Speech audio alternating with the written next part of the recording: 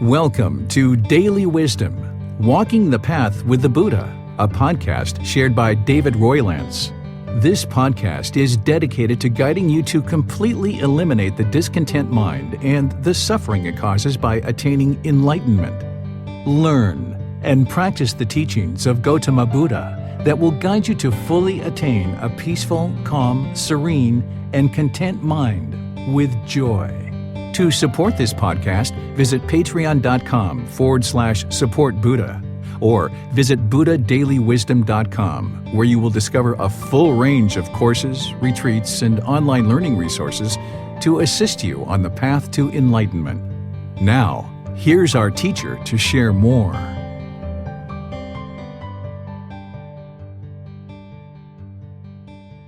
Chapter 13. Identifying Cravings. Cultivating Non-Craving in Analysis of the Mind. In your pursuit to enlightenment, it is highly beneficial that you develop this most important skill, the ability to identify your own cravings through analysis of the mind, then developing a plan to eliminate the cravings, desires, and attachments. The path leading to the elimination of discontentedness and the suffering it causes involves the elimination of cravings, desires, and attachments. But if you do not know how to identify a craving, desire, or attachment, how could you ever eliminate them? Because we cause our own discontentedness through cravings, we need to eliminate our mental cravings, desires, and attachments if we are to eliminate 100% of all discontentedness from the mind. First, you need to know what a craving, desire, attachment is. A craving, desire, attachment wants, expectations, grasping, holding, clinging, a mental longing for something with a strong eagerness, the mind pulling in a direction for objects of its affection. Second, you will need to know how to identify your own cravings through analysis of the mind so that you can develop a plan to eliminate them.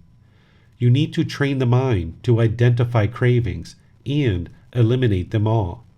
There is no such thing as a good or wholesome craving. To attain enlightenment, a practitioner will need to eliminate 100% of all cravings. To identify cravings, you should use discontentedness as the red light on the dashboard, helping a practitioner observe that the mind is shaken up, unsteady, unstable, or uncalm. When the mind is discontent, it is uncalm and needs to be trained. Each time discontentedness arises, such as any of these feelings, the practitioner needs to take active steps to identify the cravings that led to the discontentedness and eliminate those cravings. A pleasant feeling. Happiness, excitement, elation, thrill, exhilaration, euphoria, etc. A painful feeling. Sadness, anger, frustration, irritation, annoyance, guilt, shame, fear, stress, anxiety, etc. A feeling that is neither painful nor pleasant. Boredom, loneliness, melancholy, shyness, displeased, uncomfortable, unsatisfied, etc. With awareness of mind, when the practitioner observes these feelings exist in the mind, they should cut them off and let them go. As any pleasant feelings, painful feelings, or feelings that are neither painful nor pleasant are arising, the mind needs to be aware of the arising feeling, then cut it off and let it go. If the mind is able to identify the feelings arising as just a bodily sensation and cut it off there, that would be ideal. If not, then cut it off as a feeling in the mind. If the practitioner was not able to cut it off as a bodily sensation or as a feeling in the mind, then it will affect the condition of the mind more long-term for hours, days, weeks, etc. The practitioner will need to cut it off and let it go as a condition of the mind. Otherwise, it will feed the mental objects in the mind, such as sensual desire, ill will, complacency, conceit, etc. The bodily sensations, feelings, conditions of the mind, and mental objects are referred to as the four foundations of mindfulness. The Buddha is explaining in the four foundations of mindfulness the process that is experienced as discontentedness is arising. To eliminate discontentedness, a practitioner will need to develop awareness of the bodily sensations, feelings, conditions of the mind, and mental objects. The sooner one is able to observe the arising discontentedness and cut it off so that one can let it go, the better. If one is able to observe the bodily sensations associated with arising discontentedness and cut it off and let it go there, this practitioner is nearing close to enlightenment. By cutting off and letting go of any arising discontentedness as a bodily sensation, the practitioner is helping the mind to not need to experience the discontentedness as a feeling in the mind. They are guarding the mind and protecting the mind with right mindfulness, while also applying right effort to eliminate the craving, desire, attachment that arose the discontentedness.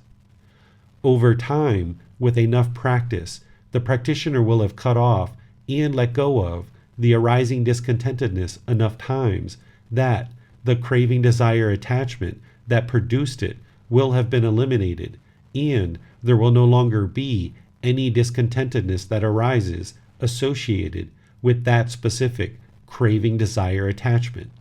The benefits accumulate to complete liberation of the mind, where it will no longer experience any discontentedness because all the cravings, desires, attachments that are producing the discontentedness have been eliminated.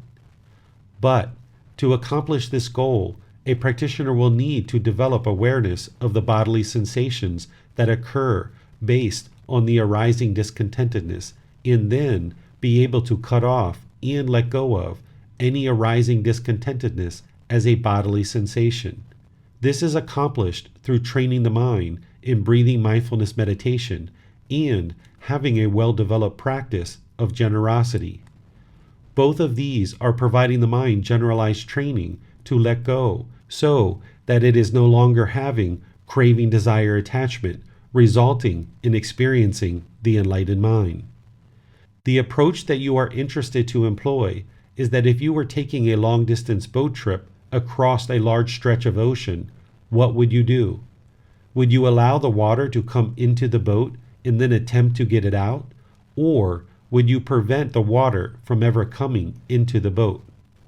Of course, you would be interested in preventing the water from ever coming into the boat so that it does not sink the boat. Being aware of the bodily sensations associated with arising discontentedness and cutting it off and letting it go as a bodily sensation is the same as preventing the water from ever coming into the boat. This ensures that the mind is not shaken up by the arising discontentedness because it was never able to become a feeling in the mind. Through a well-developed life practice, you can train the mind to the point where this can be accomplished effortlessly and result in the mind experiencing enlightenment. Then, once the feelings have passed and the mind is able to look inward, the practitioner should investigate the mind, analyzing what were the cravings, desires, attachments that caused the discontentedness. There was some mental longing with a strong eagerness that led to the discontentedness. The more intense the discontentedness, there is going to most likely be more than one craving that exists in the mind that caused that specific incident of discontentedness. Discontentedness does not arise if there is no craving, desire, attachment in the mind. Therefore, any time a practitioner observes the red light of discontentedness arise, they will need to uncover what craving led to it so that the mind can actively work to eliminate those specific cravings, desires, attachments. Just like if the red light on the dashboard of a car lit up, the driver would investigate the cause in order to remedy the issue. A wise practitioner will observe the arising discontentedness that lit up and then investigate the specific cause, craving, desire, attachment, then remedy the issue. Breathing mindfulness meditation and generosity should be developed in a consistent and comprehensive life practice to gradually train the mind to more easily let go of cravings. But there are then oftentimes active steps a practitioner will need to take in order to eliminate a specific craving. Once a craving or multiple cravings have been identified, you can take active steps to eliminate the craving, desire, attachment. For example, if the practitioner becomes discontent when one's mobile phone is not readily available and the mind experiences anger, frustration, irritation, annoyance, fear, or some other discontent feeling, then that is the red light alerting you to become aware that the mind has craving, desire, attachment to the mobile phone. The practitioner can identify that the mind has a craving, desire, attachment, a mental longing with a strong eagerness for the mobile phone, and due to this, it has caused the mind to become discontent when the mind thinks the phone is lost or otherwise not available. Noticing this, a practitioner will not only need to continue with breathing mindfulness meditation and a life practice of generosity to generally train the mind to eliminate cravings, but also a wise practitioner will need to put the mind in situations where it can actively work to eliminate its specific craving for the mobile phone. A practitioner might choose to purposefully and gradually move away from the mobile phone, training the mind not to hold on to it so tightly. The mind is not in the middle, therefore it becomes shaken up when it does not have the mobile phone. If the mind holds on to anything tightly, it will cause the mind to become discontent. The practitioner will need to train the mind to leave the mobile phone at home and go for walks or otherwise depart from the mobile phone, training it to be peaceful and calm when you do not have the mobile phone. Otherwise, the mind is going to continue to stay latched onto the mobile phone and always want to keep it close. When the device is not close, the mind will be shaken up by this impermanence. The mind will continue to experience repeated cycles of discontentedness as long as the mind is latched on and holding the mobile phone so tightly. The mind is trying to hold on to the mobile phone permanently, and when it experiences the impermanent nature of the mobile phone, it causes itself to become discontent.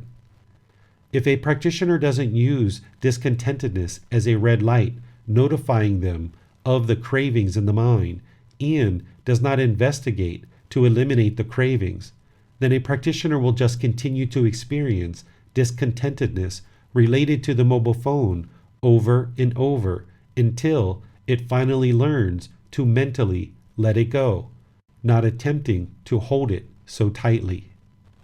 This same example can be applied to each situation where the mind experiences discontentedness.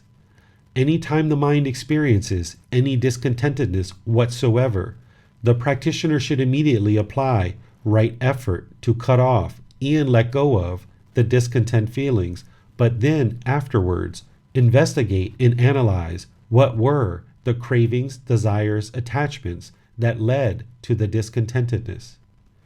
Through analyzing the mind in this way, a practitioner will become an expert at becoming aware of the arising discontentedness, cut off and let go of the discontent feelings, then investigate what were the cravings that caused the discontentedness so they can be eliminated, and the mind will no longer experience discontentedness related to that specific craving, desire, or attachment.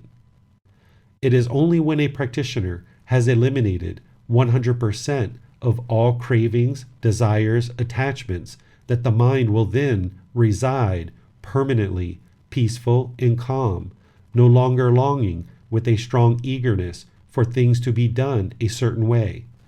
The mind can learn to be satisfied with what is, and content with the impermanent nature of the world, taking wise steps to resolve whatever impermanent situations arise.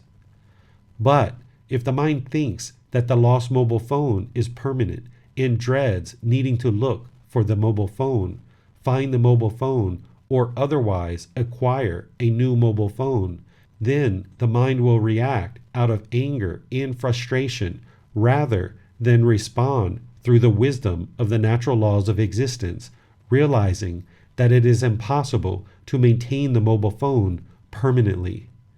The phone is impermanent and will leave you someday, but why react with anger and frustration? How does that help the situation? The path to enlightenment is an independent journey with the guidance of teachers. You cannot rely on others to tell you what your cravings are. You need to identify them for yourself.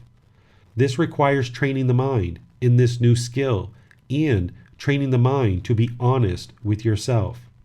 In this way, we all need to strive to pursue a more peaceful and content mind. But teachers can be very helpful for you to establish the ability to identify your own cravings, desires, attachments, and then develop a plan for how to eliminate them. Once you learn this important skill and practice it a few times, then it is just a matter of repeating this same approach in each situation when the mind experiences discontentedness. Breathing mindfulness meditation is the practice within your life practice that helps you to observe the mind and be aware of what's in the mind so that through training you can develop the ability to cut off thoughts and let them go. Breathing mindfulness meditation is a practice that takes time to establish and is training the mind to become aware of thoughts and let them go more and more easily through dedicated training. Breathing mindfulness meditation is training the mind to eliminate the unwholesome root of craving, desire, attachment. Practicing generosity in daily life is also helping train the mind to let go. But this generalized training is not enough, as there are active steps outside of meditation that one needs to take in order to eliminate discontentedness in the mind. Breathing mindfulness meditation is training the mind to eliminate the unwholesome root of craving, desire, attachment, while also training the mind to develop awareness of mind, or right mindfulness. With awareness of mind and the ability to let go, the mind can observe unwholesome qualities and then let go of these unwholesome qualities to arise wholesome qualities. Taking the effort to eliminate unwholesome qualities and arise wholesome qualities is right effort as part of the Eightfold Path. In addition to breathing mindfulness meditation, you need to develop the skill to understand that when the mind experiences discontentedness, take active steps to identify what the mind is craving that is causing the mind to be discontent. You may actually have several cravings that caused one burst of outrage, anger, or other emotions, especially early in practice. It is craving, desire, attachment that is causing the mind to be discontent, as described in the Four Noble Truths. Therefore, to eliminate discontentedness, a practitioner will need to eliminate craving, desire, attachment. Examples of discontentedness are happiness, excitement, elation, thrill, exhilaration, euphoria, sadness, anger, frustration, irritation, annoyance, guilt, shame, fear, stress, anxiety, boredom, loneliness, melancholy, shyness, unsatisfied, etc., or even just an uncomfortable and displeased mental state. Discontentedness is a pleasant feeling, a painful feeling, and a feeling that is neither painful nor pleasant. The Four Noble Truths explains exactly why we are experiencing discontentedness of mind. The second Noble Truth, discontentedness is caused by our own cravings, desires, attachments, because the mind wants everything to be permanent when everything in the world is impermanent. The Four Noble Truths explains to us that we must eliminate our cravings, desires, attachments, and practice the Eightfold Path in order to eliminate our own discontentedness in the mind.